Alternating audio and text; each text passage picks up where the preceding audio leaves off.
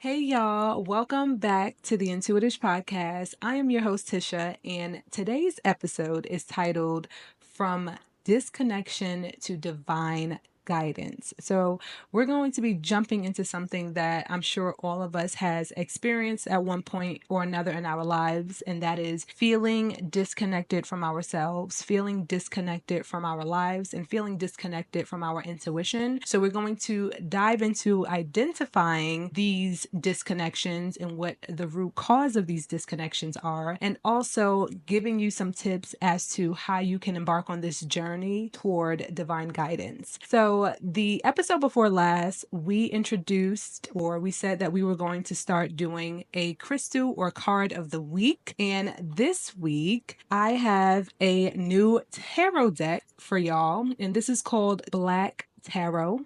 Yeah, it's actually just called the Black Tarot. And the maker of this deck is Nyasha Williams, and it's an ancestral awakening deck and guidebook. So, y'all, the imaging in this deck is absolutely beautiful. And for those of you that are watching me on YouTube, I'm going to put a picture up of the deck up close, as well as the card that we pulled today. So, if you are listening, then I hope that you enjoy this little bit of ASMR until we get our message. Now, this is a message that you can apply to your personal life if it fits, but if it does not, you can just simply use it as additional messages for this episode. So I'm asking for messages for the collective to support today's title, From Disconnection to Divine Guidance. Any messages that you have to support this episode, and also any messages that you have for the collective that will resonate with them. I haven't been much. We already got a card. Ooh, that's interesting.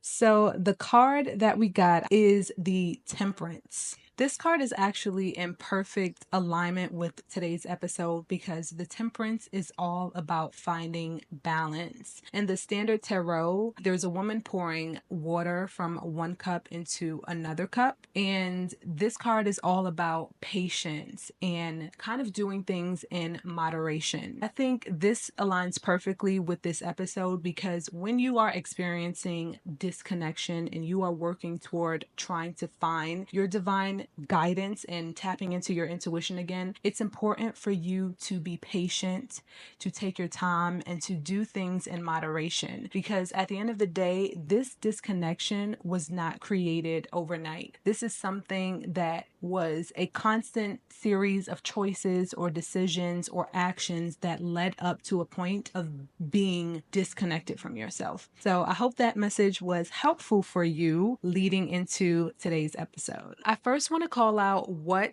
disconnection can look like and also what it can feel like. Disconnection can feel like emotional numbness, it can feel like a lack of direction, or it can just be an overall feeling like you're not in alignment with your true purpose. It's important that we recognize that these moments are not setbacks because a lot of the times I think when we are in the experience of being disconnected, we can tend to look at it from a very negative perspective or negative light, right? And it's because the feeling of being disconnected is something is off, something doesn't feel right, or it feels like you're missing something. It feels like I want to find my way back to myself, or I don't fully feel like myself. But I want us to change the perspective and the narrative on disconnection because what disconnection is calling out is that we've geared too far from our inner voice and the divine guidance that is truly meant for us. What disconnection is an opportunity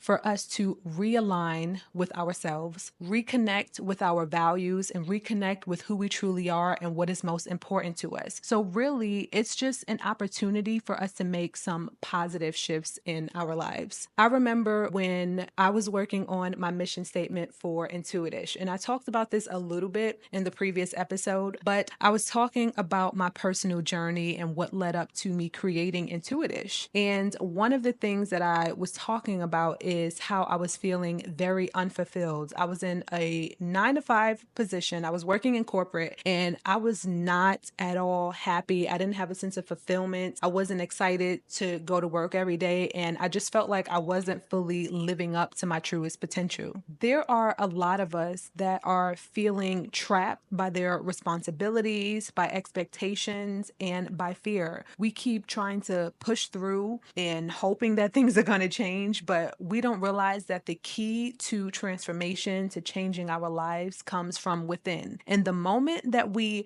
surrender that power over to somebody else is the moment that we start to create this disconnection from ourselves and who we truly are, which leads to this feeling of misalignment. The more that we ignore our inner voice, the more that we ignore our promptings and these nudges that our inner voice is giving us and using to help guide us toward what it is that we really want, the more quieter our inner voice becomes. And it also can create a sense of confusion to where you're so unaligned with yourself that you don't even know what's the right decision for you to make because you've clouded out that voice for so long and you've allowed for these external experiences and the people in your external world to take over and have a greater impact on you than what your own inner voice has. So I want to talk about some common reasons why we become disconnected from ourselves, but also disconnected from our intuition. And I wrote a list down to make sure that I touch on all the points. So the first one is overwhelm and stress. So constant stress and an overload of responsibilities can cloud our mental and also our emotional clarity. When we are focused on survival mode, right? Meeting deadlines and managing daily pressures, it can become difficult to tune into our inner guidance, right? When you're in a state of stress, you don't have time to be in a state of peace and relaxation and quiet to allow yourself time to receive messages from your inner voice. Societal expectations, external influences, right? Things like cultural norms or your family expectations and societal pressures, those kind of things can lead to us prioritizing the wants of others over ourselves. Another one is fear of change or uncertainty. So, for those of us that love our comfort zone and that fear the unknown, this is something that can create a sense of disconnection because, in order for you to grow and change and become the version of yourself that you want to be, it requires entering into unfamiliar territories in order to do so. It requires something that you've never done in order to get something that you've always wanted. The next one is not having a relationship with yourself. So, again, we talked about those societal pressures, right? Those societal expectations. If you are not taking the time to create a strong sense of self and understanding of who you are, then it is easier for you to be penetrated and impacted by the external world. The more that you take time to meditate, to contemplate, to journal, to just spend time with self, quiet time with self, to allow yourself to hear your inner voice and understand yourself and understand your desires, the stronger your relationship will be with yourself, but also with your inner voice, with your intuition, because you have access to it. It's easier for you to hear it when you're in quiet and you actually spend a lot of time by yourself. Self-doubt and limiting beliefs. So having a lack of confidence in our abilities to trust our intuition can cause us to question its validity, especially over time. I think that self-doubt and limiting beliefs about what we deserve or are capable of can become compromised if we're constantly subjecting ourselves to thinking we can't do it or I can't do it, I'm incapable of doing it. Those things really become rooted and become a part of our identity. And therefore, we start to take actions and to portray ourselves as someone who does not have confidence, who lacks confidence, and who doubts themselves and doesn't have confidence in themselves. I kind of touched on this with the societal norms thing, but noise and distractions. We are in a digital age where we're constantly being bombarded with information, notifications, and media. So this can create a barrier that makes it difficult for you to connect in with yourself and your intuition. The last thing that I have is past trauma or emotional baggage. So, unresolved emotional pain or trauma can create blockages that prevent us from hearing and also trusting our intuition. These experiences cause us to shut down emotionally or become overly cautious, which limits our access to our inner wisdom. And this, y'all, this is one that I'm definitely going to highlight on in a later episode. But emotional baggage and past trauma can definitely block you from being connected and hearing your intuitive abilities, because the state, you have to be in a different state of mind and being in order to remain in a place of being connected to your intuition, and past trauma and emotional baggage compromises that. So now that we've talked about the main reasons why you feel disconnected from yourself, I want to talk about reconnecting with your divine guidance and also the opportunity that disconnection presents, because again, I do believe that disconnection is an amazing opportunity for you to delve into personal growth, because it forces you to stop and take a hard look at yourself, and it forces you to realign with your values, who you are, and what it is that you really want. Something that my mom always said to me growing up was, what's in the dark will come to light. So I think it's important to lean into the understanding that if you are in a period of darkness or being disconnected from yourself, which can feel like darkness, you are not going to be in this place forever. What's in the dark must come to light. The world will continue to go around, right? It's morning time here and it's dark somewhere else. So it's important that you lean into understanding that you are in this place for a reason.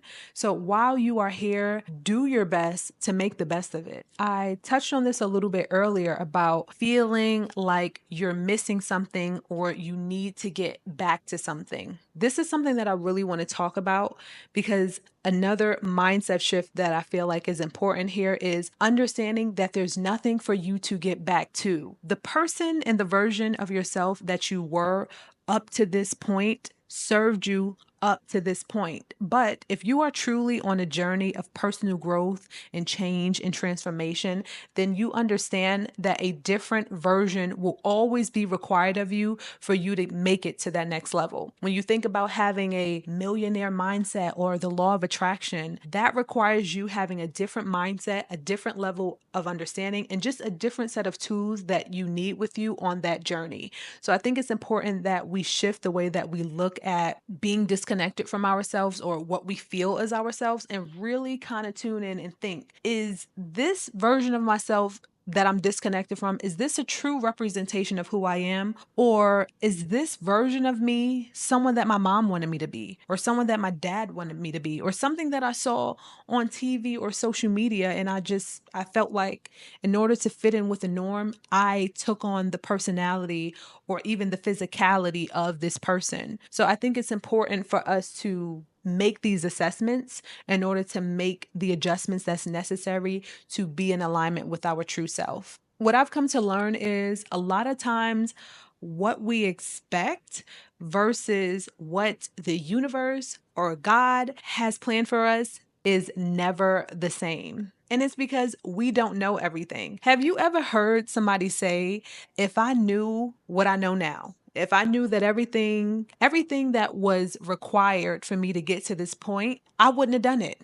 And that's the reason why we don't know everything, because if we really knew what was required in order for us to become the version of ourselves that we will want to be, a lot of us would just say, no, you can have it, you can take it, because a lot of us don't want to do the work that is required to get to where we want to be. So that's why we receive these very bite-sized versions of our life, right? You get enough of what you're ready for, what you're ready to work with, to kind of mold and change and shift until you're ready for the next piece of it. But ultimately, it's just about trusting the process and understanding that everything that's happening is working in your favor and for your greater. When you are reconnecting with yourself, I spoke about it earlier when I said having a relationship with yourself. It's important to have a strong sense of self. It is important that you get a lot of quiet time so that you can truly understand what it is that your inner voice is trying to tell you.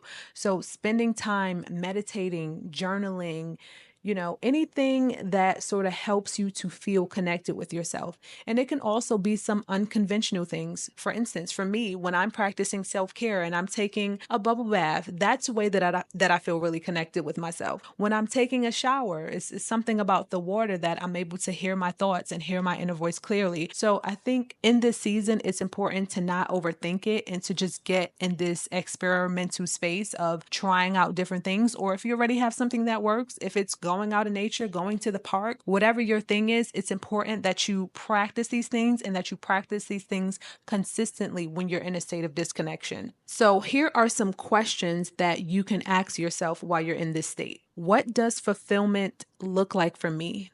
What steps can I take to move closer to it? What are my core values and how well are they reflected in my current life and choices?